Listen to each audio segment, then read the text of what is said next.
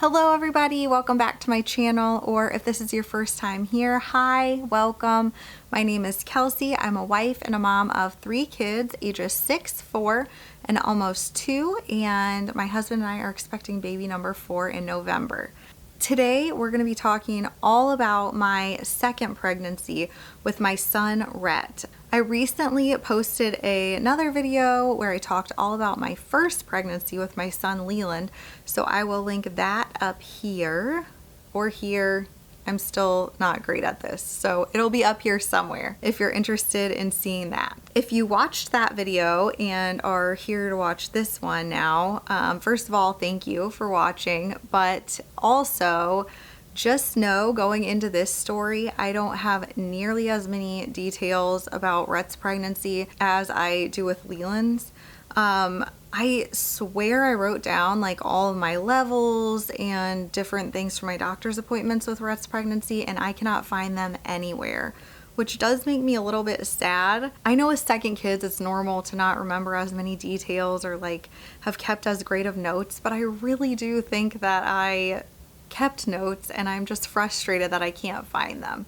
But regardless, I still do remember quite a bit, and I'm going to share that all here with you today. If you are interested at all in hearing about my trying to conceive and infertility journey with PCOS and kind of knowing how Rhett's pregnancy came to be, I recently recorded a 2-part video all about my trying to conceive journey, so I will also link that up here. Definitely go watch that if that's something that you're interested in. Just as a very quick recap and summary for those that haven't seen the video, I do have PCOS. I was not ovulating on my own prior to getting pregnant with my first son, Leland. I ended up having to take 3 months of clomid in order to get pregnant with Leland. After Leland, we weren't sure if we were going to need help again getting pregnant with our second baby. My cycle came back at about 21 months postpartum because I was still breastfeeding. I had 1 period, and then during my second postpartum cycle is when we conceived Rhett naturally. We were obviously trying, I was tracking my ovulation and everything, but I was still very skeptical. I didn't trust my body, and I didn't think I would be able to get pregnant naturally after needing medication to get pregnant with Leland. I didn't think that my body would know how to ovulate on its own without the medicine. We were actually in Florida when we conceived Rhett on vacation, which was nice to kind of have some of the pressure taken off and be able to just relax and not think so much about the 2-week wait. When we got home, I was actually taking some college classes. So I was sitting in a classroom listening to a lecture, and I just could not stop thinking about a hamburger. Which is odd for me. I don't usually crave things like that, but with Leland's pregnancy, one of my very first symptoms was that I would crave meat, even like for breakfast at all hours of the day. So I thought, that's a little interesting, but I still didn't really think anything of it because I didn't think I could get pregnant on my own. So I went home, got my son to bed, and then took a pregnancy test at like 10 o'clock that night. And it was one of those cheap internet, like Amazon pregnancy tests, and I saw the faintest line on there. I believe I was 9 days past ovulation or 9 DPO at the time. And you would think that I would have like come up with some sweet way to tell my husband, but I was just so surprised and so excited that I just like ran out into the living room and showed him the test, and he was happy and I was happy, and it was just like a total adrenaline rush and just a really happy moment. The next morning, I immediately called my OB to let him know that I was pregnant. And because I had had to take progesterone supplements with Leland's pregnancy, he immediately called in a prescription for the progesterone and said he didn't even want to take any chances and that I should start taking the progesterone right away. So I went and picked that up. I started taking that. I also went and got my progesterone and HCG levels checked, and I had my levels checked multiple times during those first few weeks of pregnancy. But unfortunately, I can't find any of those numbers. So I'm sorry for those of you that like to hear the specific numbers. I know I always do, just to compare, but I don't have the numbers unless I come across them at some point in the future. So I'm sorry. During Rhett's pregnancy, I was just taking the progesterone supplements orally once a day. I would usually take them at night because it would make me feel kind of almost drunk after I took them. Unfortunately, at some point during those first few weeks of pregnancy, my progesterone level did start to drop a little bit, even with the supplements. So my doctor had me increase to taking a progesterone pill twice a day, once in the morning and once in the evening. That was a little bit of a struggle because particularly on the days when I was at work, I would feel so dizzy and drunk after taking the progesterone. Fortunately, it usually only lasted like maybe 30 minutes to an hour, and sometimes was helped by eating something and not taking it on an empty stomach. So I did that to try to decrease the effects of it, but that was really a struggle for me during his pregnancy. I also do want to mention, just for anyone that may be in the same boat, at the time when I was taking the progesterone supplements, I was also still breastfeeding my son, who was almost 2 years old at the time.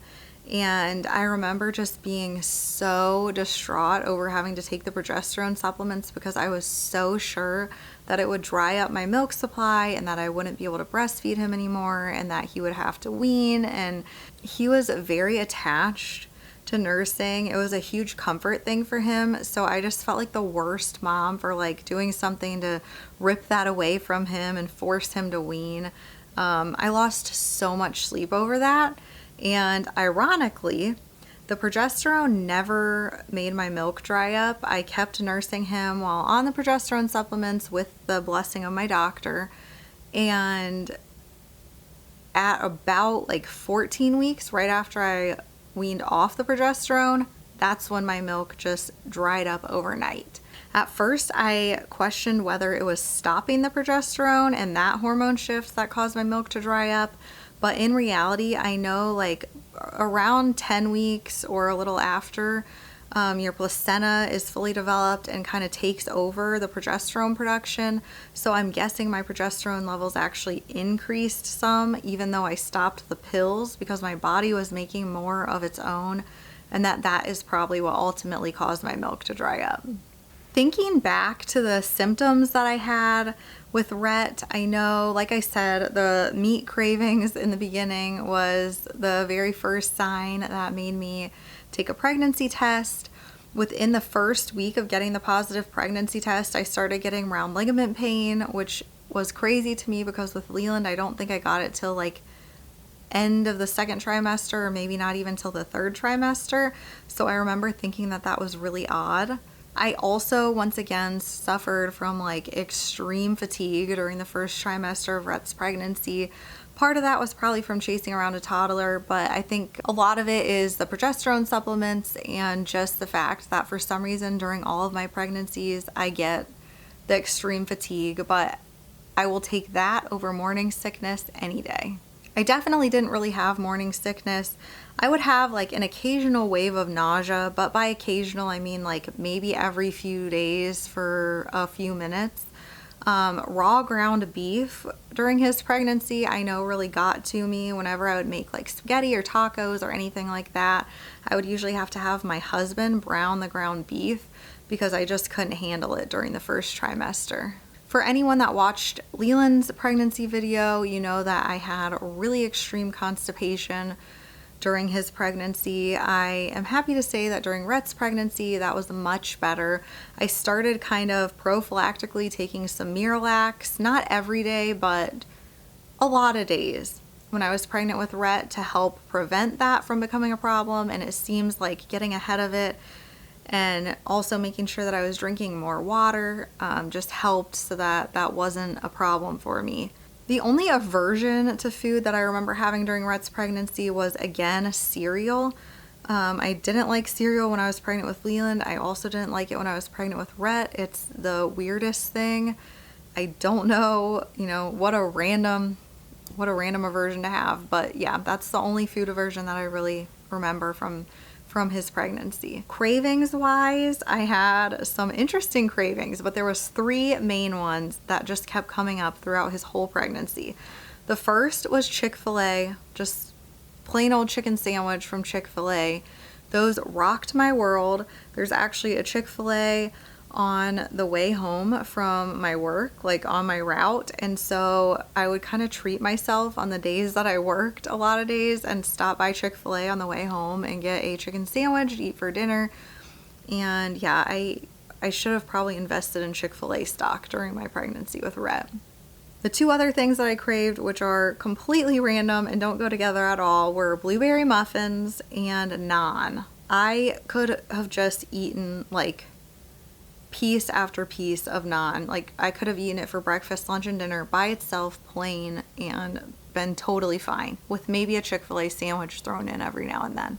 I saw the same OB that I had for Leland's pregnancy, who I love, all throughout Rhett's pregnancy. Fortunately, it was a very uneventful pregnancy. I didn't really have any complications or anything like that to speak of. I had several early ultrasounds to just look at Rhett and make sure that he had a little heartbeat and that everything was developing well. At 13 weeks, I had the NT scan where they measure the fluid pocket in the back of the baby's neck to check for likelihood of Down syndrome or other trisomies. And Rhett was so uncooperative during that ultrasound that we couldn't ever even get the measurement. Obviously, he ended up being fine, but I do remember that being a little stressful.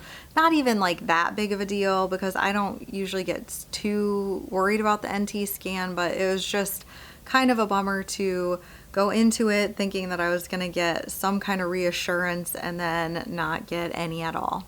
At 19 weeks, I had my anatomy scan. Everything looked perfect except for the fact that the stubborn child would not turn his head again to get a profile picture.